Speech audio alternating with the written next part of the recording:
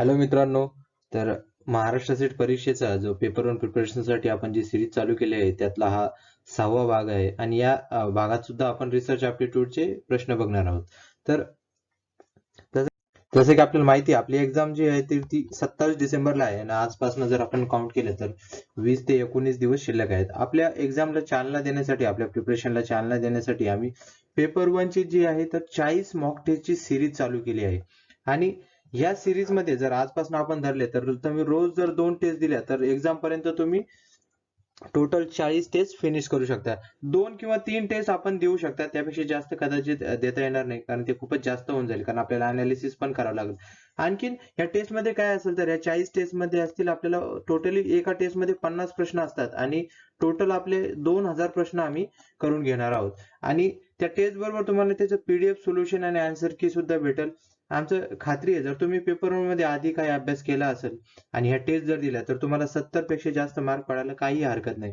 आणि आता प्रश्न येतो की कोणी ह्या टेस्ट द्यावा तर दोन दोन टाईपचे लोक आहेत, दोन टाईपचे विद्यार्थी आम्ही टार्गेट केले की ज्यांनी अभ्यास केला आहे त्यांना त्यांच्यासाठी प्रॅक्टिससाठी या टेस्ट आहेत. तर त्यांचा स्कोर जो आहे तो प्रॅक्टिस करून आणखीनच वाढेल आणि ज्या लोकांनी काहीच पेपर वनचा अभ्यास केला नाही फक्त पेपर टू वरच त्यांचा सर्व फोकस होता तर या लोकांसाठी ह्या फक्त टेस्टच अशा बनवल्या आहेत की याने तुमचा सिलेबस जो आहे तो 4 वेळेस आम्ही कव्हर करणार आहे आणि या टेस्ट जरी तुम्ही दिला तरी तुम्हाला 55 ते 60 मार्क फक्त काही अभ्यास न करता आरामात पडायला हवी अशी आमची खात्री आहे. तर तुम्हाला ह्या टेस्ट जॉईन करायचे असेल तर ह्या टेस्ट कशा भेटतील तर याची तुम्हाला लिंक व्हॉट्सअपवर भेटेल आणि त्याचं पीडीएफ पण भेटेल, सोल्युशन पण भेटेल. आणखीन त्याबरोबरच आम्ही नोट्स पण देण्याचा प्रयत्न करू आपल्याला वाचण्यासाठी शॉर्ट नोट्स. तर ह्या सर्व गोष्टी आपल्याला भेटतील आमच्या पेड व्हॉट्सअप ग्रुपमध्ये. त्याच्यात त्याची फी जी आहे तर 499 आहे आणि हा नंबर जो तुमच्या स्क्रीनवर दिसतोय इथे जॉईन करण्यासाठी इथे तुम्हाला संपर्क करावा लागेल आणि फक्त नंबर आहे की नाही म्हणून हाय म्हणून मेसेज करू नका. जर तुम्हाला इंटरेस्ट असेल तर तुम्ही काही डाऊट असेल तर जरूर विचारा आणि जॉईन करण्यासाठी मेसेज करा. आता आपण प्रश्नावर वळू. पहिला प्रश्न आजचा आहे तो research problem is feasible only Wien. तर रिसर्च प्रॉब्लेम आपण समस्या जी सोडवता येणे किंवा असा प्रॉब्लेम शोधणे की तो कसा पाहिजे, काय त्याचे काय क्वालिटीज पाहिजे. First thing is it should B researchable. म्हणजे आपण रिसर्चेबल म्हणजे काय म्हणू की तो होण्याजोगा पाहिजे. होण्याजोगा म्हणजे कसं की आपल्याकडे कमीत कमी त्याचा प्लॅन ऑफ ऍक्शन किंवा रिसर्च मेथोडॉलॉजी आपण म्हणतो ती रेडी पाहिजे की त्या पद्धतीने तो रिसर्च आपण त्याला टार्गेट करणार आहे. जर आपल्याला रिसर्च प्रॉब्लेम घ्यायचा आहे जसं कोणीतरी सोशल सायन्सचा विद्यार्थी आहे आणि तो एकाएकी म्हटलं की मला एखादा ड्रग्ज बनवायचा आहे केमिस्ट्रीमध्ये तर हे म्हणजे ते रिसर्चेबल नाहीये, राईट, प्रॅक्टिकल नाहीये. तर इट शुड बी रिसर्चेबल हे बरोबर आहे. And it it is a new and add something to the knowledge. Of course आपण आपल्याला एक रिसर्च आणि स्टडी ह्या दोन गोष्टीमध्ये लक्षात ठेवा. रिसर्च म्हणजे काय, काहीतरी शोधणे म्हणजे काहीतरी रिसर्च करणे आणि स्टडी म्हणजे काय, काहीतरी माहिती करून घेणे. तर आपण जो आता तुम्ही आपण हे जे माझं लेक्चर ऐकू राहिले तर याला काय म्हणू आपण, स्टडी म्हणू. हा काय रिसर्च नाही, मी तुम्हाला शिकवतोय हा पण एक स्टडीज आहे. हा काय रिसर्च नाही. रिसर्च म्हणजे नवीन काहीतरी शोधणे. तर it is a new and add something to the knowledge. म्हणजे स्टडी नाही, हा रिसर्च म्हणजे काय आपल्याला काहीतरी नवीन ऍड करणे म्हणजे काय असेल, रिसर्च असेल. तर एक बरोबर आहे हे पण. आणि it has utility and relevance. आणि हा एक फार महत्वाची गोष्ट आहे युटिलिटी अँड रिलेव्हन्स. म्हणजे जसं आज एक सिंपल आपल्याला एक्झाम्पल सांगतो की सध्या कोरोना व्हायरस जे इम्पॅक्ट फार जास्त आहे आपल्या जगावर म्हणजे पूर्ण वर्ल्ड मध्ये. आणि आता रिलेव्हन्स म्हणजे काय, त्या रिलेटेड जर काही ड्रग्स किंवा त्या रिलेटेड जो रिसर्च होईल त्याला आपण काय म्हणतो, रिसर्च रिलेव्हन्स होईल आणि त्याची युटिलिटी पण खूप असेल. तर त्याला युटिलिटी आणि रिलेव्हन्स ह्या दोन गोष्टी पण पाहिजे. तर आपला आन्सर काय होईल, रिसर्च प्रॉब्लेम इज फिजिबल. म्हणजे तर या सर्व क्वालिटी रिसर्च प्रॉब्लेम मध्ये असायला हव्यात हे लक्षात ठेवा. आता आपण पुढचा प्रश्न बघू. The validity and reliability of a research will be at stake. तर संशोधनाची जी वैधता आणि आपण विश्वासार्हता जी म्हणतो ती कधी धोक्यात येईल त्यांनी विचारले. तर लक्षात ठेवा, author who is a source of information is biased. Biased म्हणजे काय, पूर्व दूषणाग्रहित काय ते मराठी वर्ड असेल तसं. आणि इनकॉम्पिटंट म्हणजे त्यात एक कॉम्पिटन्सी नसेल म्हणजे काम करण्याची त्याची स्वतःची लायकी नसेल, आणि डिसऑनेस्ट म्हणजे काय, प्रामाणिक नसेल, तर हे जर असलं तर त्याची नक्कीच ती धोक्यात येईल. पहिली गोष्ट काय, ते पूर्वग्रह दूषित नकोय, दुसरं इनकॉम्पिटंट नकोय, आणि डिसऑनेस्ट नकोय. आणि बी जे आहे, the incident was reported after long period of time from that of its occurrence. म्हणजे आधी हा इन्सिडेंट झालेला आहे आणि आपण परत सेम गोष्ट आपण रिपीट करतोय, तर याला काय होईल, त्याला पण आपण फक्त आता ते आपण फक्त नवीन काहीतरी म्हणजे नवीन म्हणून सांगतोय, तर हे पण चालणार नाही रिसर्च मध्ये. It should be new report, right. आणि researcher himself is not competent enough to draw logical conclusion.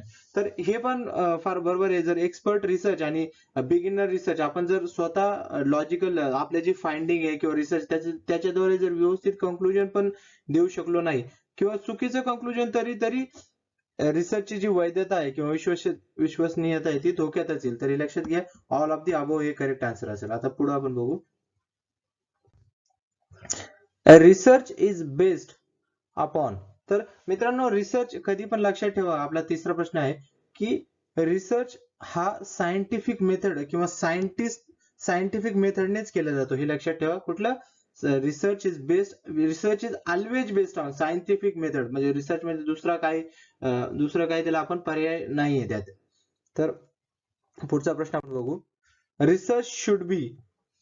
आता रिसर्च जसं की आपण बघितलं की रिसर्च कसा पाहिजे, it should have some objective, right. जसं मी कोरोना व्हायरसचं एक एक्झाम्पल दिलं. नंतर इट शुड बी व्हॅलिड, म्हणजे त्याची वैधता ही फार महत्वाची असते. काही पण आपण मॅनिप्युलेशन किंवा चुकीची माहिती आपल्याला चालेल नाही. आणि रिलायबल म्हणजे कसं, तुम्ही आज काही रिसर्च केला, सेम कंडिशन मध्ये जर दुसऱ्याने केला त्याला दुसराच रिझल्ट येतोय, तर त्याला आपण रिलायबिलिटी नाही असं म्हणू. पण रिसर्च कसा पाहिजे, आज तुम्ही जर सेम सेट ऑफ कंडिशन्स असल्या तर तो परत जर रिपीट केला गेला तो एक्सपेरिमेंट किंवा ती स्टडी, तर ते सेमच रिझल्ट यायला पाहिजे. त्याला आपण काय म्हणतो, रिलायबल. तर research should always be reliable. तर सगळ्या क्वालिटी काय आहेत, all of the above. Research should always have should be objective, it should be valid and it should be reliable, right. आता आपण पुढच्या प्रश्नाकडे वळू. Research is always. तर रिसर्च मध्ये काय, एक्सप्लोरिंग द न्यू नॉलेज, हे पण बरोबर आहे. जसं मी आधीच सांगितलं की आपण जर काही गोष्टीची माहिती करतो त्याला आपण स्टडी म्हणतो, आणि एक्सप्लोरिंग द न्यू नॉलेज म्हणजे काय, तर रिसर्च. व्हेरीफाईंग द ओल्ड नॉलेज, हे पण रिसर्चचाच भाग असतो. व्हेरिफिकेशन, कळलं. व्हेरिफिकेशन मध्ये पण आपल्याला काय एक्सपेरिमेंट करावे लागतील किंवा स्टडी करावं लागेल, डाटा स्टडी करावं लागेल. तर verification is also part of research.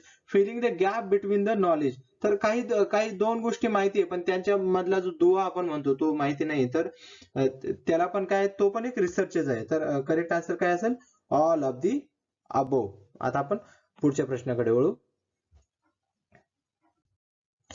Identify the unethical practice of a researcher from the following. आता आपल्याला खाली एक अनैतिक प्रॅक्टिस किंवा जी आपण काय म्हणू मूल्यांना धरून नसलेली प्रॅक्टिस दिली आहे खाली पैकी, तर त्यातली आपल्याला ओळखायची की अनैतिक प्रॅक्टिस कुठली. अवॉइडिंग अ प्लॅजरिझम.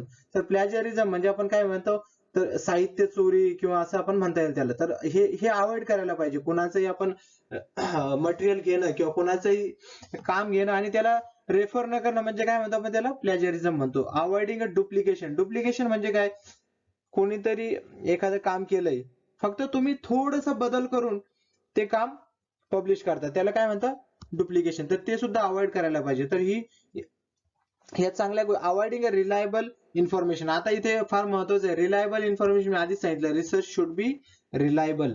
आणि आपल्याला इथं अवॉइड नाही करायचं, actually we need to add reliable information पाहिजे. तर इथे काय लिहिलंय, अवॉइडिंग रिलायबल इन्फॉर्मेशन. तर हे काय असेल आपलं रॉंग आन्सर असेल. अवॉइडिंग मॅनिप्युलेशन पण आपण मागच्या लेक्चर मध्ये जर तुम्ही बघितलं तर मॅनिप्युलेशन कधीही रिसर्च मध्ये करू नये. तर हे बरोबर आहे, अवॉइड करायला पाहिजे. पण अवॉइडिंग रिलायबल इन्फॉर्मेशन चुकीचं आहे, तर ही चुकीची प्रॅक्टिस आहे. तर करेक्ट आन्सर काय असेल, सी. आता आपण पुढचा प्रश्न बघू. Which of the following is not considered as a plagiarism. आता परत मित्रांनो, ह्या ज्या लेक्चर आहे याच्यात मी सर्व रिसर्च इथिक्स आणि प्लॅजरिझम या दोन याच्यावर क्वेश्चन घेतले. तर तुमचा तो एकदा क्लिअर झाला की कदाचित जास्त करून यातनं एक प्रश्न नक्कीच येतो, रिसर्च इथिक्स आणि प्लॅजरिझम या दोन गोष्टीवर. तर ते थोडंसं आपण कन्सेप्ट क्लिअर केला तर आपल्याला फायदा होईल. Which of the following is not considered as a plagiarism? तर पुढच्यापैकी कुठली? आता प्लॅजरिझमला मराठी वर्ड वाङ्मय चौर्य असं काहीतरी वर्ड आहे. तर आपण कमेंटमध्ये जर कोणी लिहू शकला मला काय एक्झॅक्ट वर्ड आहे तर चांगलं होईल. तर पुढीलपैकी कोणती प्लॅगरिझम मानली जाणार नाही? तर make use of work of another person and miss represent it in your on. आता याला हे तर प्लॅगरिझम आहे, तुम्ही कुणाचं तरी वर्क घेताय आणि ते स्वतःच म्हणून दाखवताय, राईट? तर हे काय झालं? प्लॅजरिझम. हे प्लॅजरिझमची डेफिनेशनच आहे की तुम्ही दुसऱ्याचं वर्क घेता, त्याला त्याचं क्रेडिट न देता तुम्ही स्वतःच म्हणून सांगता, म्हणजे काय? तर प्लॅजरिझम. आता drawing the content from the work of another without acknowledging the source. तर हे पण आपण काय करतोय तिथे? त्याला एक्नॉलेज करत नाही, म्हणजे हे पण काय झालं? प्लॅजरिझम. आणि paraphrasing too closely to the original text. जसं की काही कसं असतं, एखाद्या आर्टिकल मध्ये, जर साधा एक्झाम्पल मी सांगतो की जर फेसबुकवर एखादीची पोस्ट असली किंवा कुठे न्यूजपेपर मध्ये एखादं आर्टिकल असलं, तुम्ही जर ते कॉपी केलं आणि थोडस त्यात काही पॅराफ्रेज म्हणजे काय थोडासा बदल केला की ते वाक्य तर सेम नाही पण मिनिंग तेच आहे, राईट? तुम्ही फक्त काय झालं, तुम्ही थोडेसे सेंटेन्सेस चेंज केले, तर ते पॅराफ्रेजिंग इज ऑल्सो ए प्लॅजरिझम. आता कुठली? हे तिन्ही पण काय येतात? प्लॅजरिझम. दिस अँड दिस. आता आपण काय प्लॅजरिझम नाहीये ते बघू. आता शेवटचा आन्सर हे बरोबर आहे. Drawing the content from the another work, दुसऱ्याचं वर्क घेणे. Adapting with due acknowledgement. Acknowledgement जर आपण दिली की हा हे वर्क याने केलंय किंवा या ऑथर पासून किंवा या एजन्सी पासून त्यांनी ते वर्क घेतलं, ते आम्ही घेतलंय, तर त्याला आपण काय म्हणू? तर तिथे आपण प्लॅजरिझम मानलं जाणार नाही. तर हे लक्षात ठेवा. तर करेक्ट आन्सर काय असेल? डी. आता आपण पुढच्या प्रश्नाकडे वळू. Bibliography refers to. आपण मागच्या ह्याच्यात बिब्लिओग्राफी एक प्रश्न घेतला होता. तर बिब्लिओग्राफी काय असते? जे आपण true list of sources used in the report where they can be found. तर आपण जसं की मी सांगितलं, एखादा कुठलाही तुम्ही पॉइंट जर रिसर्च पेपर किंवा जर्नल मध्ये लिहिला, तर त्याला काहीतरी रेफरन्स द्यावा लागतो. तो रेफरन्स म्हणजे आपण या पेपर मधनं किंवा या सोर्स मधनं ते घेतलं, तर त्याची एक लिस्ट बनते, राईट? अशा तुम्ही जेवढे पॉइंट, जेवढे मुद्दे किंवा जेवढे तुम्ही थेरी तिकडे मांडताल, तर तेवढ्याची एक लिस्ट बनल. जेवढे रेफरन्स, त्याला त्या लिस्ट ऑफ रेफरन्सेसला काय म्हणतो आपण? बिब्लिओग्राफी म्हणतो. लक्षात ठेवा, लिस्ट ऑफ सोर्सेस एवढं लक्षात ठेवा. List of sources used in the report and where they can be found. आता आपण पुढचा प्रश्न बघू. What is the hypothesis? तर मित्रांनो, हायपोथेसिस काय असतं? तर एक टेंटेटिव्ह हायपोथेसिस म्हणजे काय की आपण त्याला गृहीतक म्हणतो. तर गृहीतक म्हणजे काय? एक टेंटेटिव्ह स्टेटमेंट असते आणि ते व्हेरीफाय केलेली नसते ती स्टेटमेंट. तर हायपोथेसिस एकदा तुम्ही मांडला, तर ते व्हेरीफाय करण्यासाठी वेगवेगळे एक्सपेरिमेंट करून तुम्ही ती टेस्ट व्हॅलिडेट करू शकता. तर त्याला काय म्हणतात? Tentative statement that needs a validity. आता आपण पुढचा प्रश्न बघू. तर आपला आजचा शेवटचा प्रश्न आहे की इम्पॅक्ट फॅक्टर हा रिसर्च मध्ये कशाशी जोडलेला आहे? तर मित्रांनो, इम्पॅक्ट फॅक्टर हा जो असतो तो आपल्या एका रिसर्च जर्नल आपण जो म्हणतो, रिसर्च जर्नल मध्ये काय असतं? रिसर्च पेपर्स असतात. पण इम्पॅक्ट फॅक्टर जो आहे तर तो रिसर्च जर्नलशी जोडलेला असतो. जितका जास्त इम्पॅक्ट फॅक्टर एखाद्या पेपरचा असेल, तर तितकं जास्त पॉप्युलर किंवा तितकं जास्त ते जर्नल आपण काय म्हणतो, जास्त वेटेज असेल त्या जर्नलला. तर जेवढा जास्त इम्पॅक्ट फॅक्टर तेवढं जास्त वेटेज असेल त्या जर्नल. तर हे आपला हाचा एपिसोड होता. जर तुम्हाला आवडला तर जरूर सबस्क्राईब करा. आणि आमच्या जसं मी सांगितलं की आमच्या जी टेस्ट सिरीज आहे तिला पण आपण जॉईन करू शकता, जर आपण आधी जॉईन केलेलं नसेल तर. Thank you for watching.